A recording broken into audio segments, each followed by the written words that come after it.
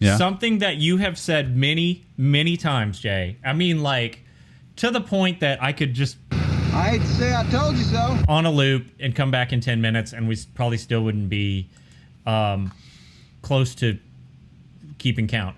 And I said to you before we started this program, I feel like we haven't talked about this enough, because you've brought this up before, but we haven't really focused on it. Okay? Right. Yep. So here it is, and I want you all to listen to Jay, because this is a big deal. And I Right. promise you, this is going to be a factor if you go out and buy, if you're either thinking about buying a car now or you just bought one.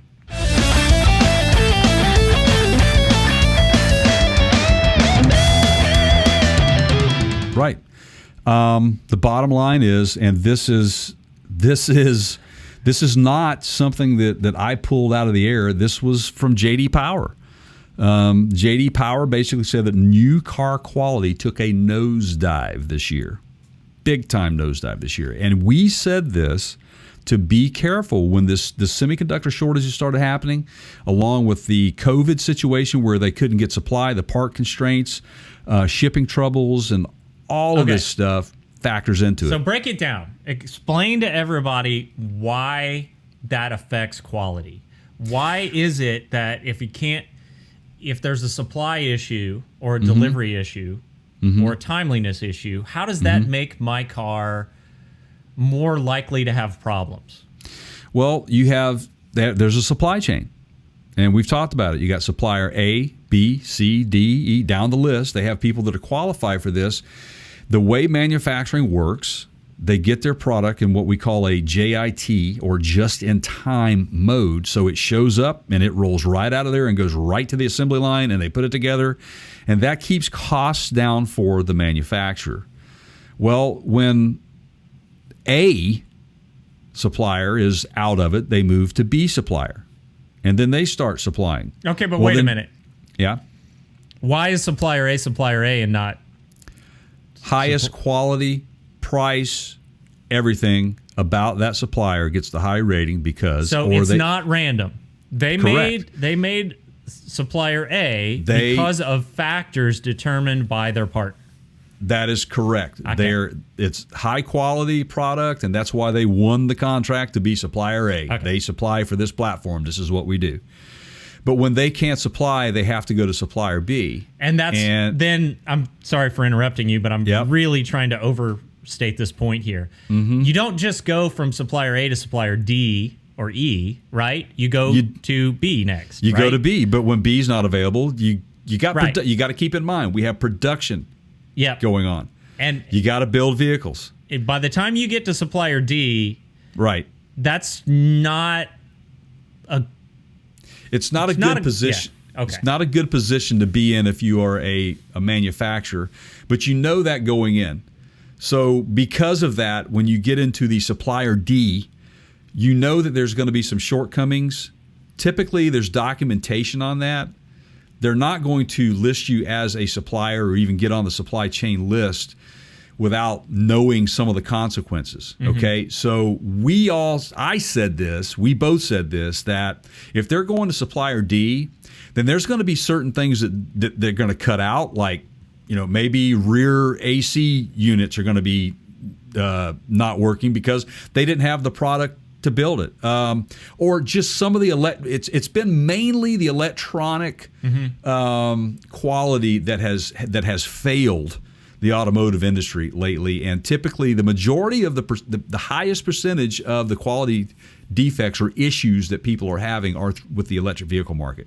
Why is that? Because of the huge electric vehicle market push. We just talked about this earlier. There's a rock quarry in Troy, Missouri that up until, it may still be there. The quarry's still there, but it was full of mid-sized GM pickups, the Canyon and the Chevy Colorado, because they couldn't finish the builds on those. They were mostly done, right? But they were awaiting a final component or two or a handful. Same thing with what is it called this season, Jay? It was Bronco Mountain, and it was Bronco Snow Ice Mountain or Ice Mountain and Mud Mountain or whatever, Mud Flats. Why is that there? Because Ford couldn't get all the parts they needed to finish those Broncos. They right? still can't. They still can't. Okay. They are still having their woes. So yes. Are they willing to, at this point, settle for supplier B or C to get those into a consumer's hands, or are they going to wait for A?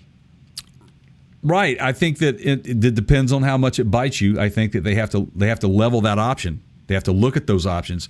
And the thing is with Ford, for example, we talked about it on a previous podcast. Go to partscounterguru.com or go to youtube.com/partscountergurus and you'll see a video on it where we were discussing these problems that these manufacturers are having.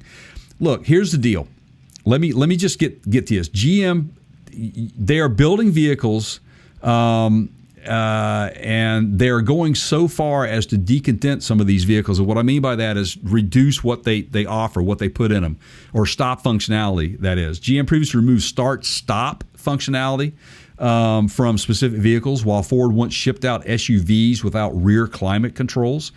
Ford has recently I don't know if there's an official recall yet, but they've had catastrophic engine failures, which that's the video I was referring to that you can go check out. This is why they found an increase in vehicles slipping below their respective segment averages, is what they said. Buick, believe it or not, ranked number one. Dodge and Chevrolet all showed really, really good measurable improvements. Now, I don't know what that means. Is that because they are in-house producing some of this stuff themselves now? Well, we know that to be the case, yep. We said, who was it that was 3D printing? It was General Motors. It was GM, a little gasket that was holding up production. So they are slowly but surely. These problems, these problems that we're seeing with quality, we told you this was going to happen. We also told you that you might hold off on buying a vehicle until we get beyond this semiconductor and or supplier chain shortage problem that we have. And that's going to be a while. It may take a couple of years before we get to that point to where I personally am comfortable with buying a vehicle at that point. I got to know what's going in there, man. So this is a big problem. I'll tell you that buyer beware. I've got an RV on order. It's an expensive purchase, and we are pretty much to the point now where I haven't canceled the order. There's no real advantage to me canceling it yet because I can back out of the deal without monetary consequence up until the day it's sitting on the lot. Mm-hmm. But I'm hearing things and being told things about the components that I want and having to settle for. For example, the Cummins generator that I wanted was a bigger one, and they're going to put them in this model year because they can't. Right. They've got to consolidate all their parts and make one for the whole line. They're not going to give you That's options. Crazy. See? Right. There you go. So I would like to quote Road and Track on this. All right. And here's why I'm going to quote this, because they are echoing exactly what we have been saying. I think they've been listening to us. I swear we got to this first. Quote, and I quote from Road and Track, "If you don't absolutely need a new car right now, this report is just another reason to consider putting that purchase off. The industry has been in a really tough spot since the start of COVID, and things aren't improving at the rate that we'd all like.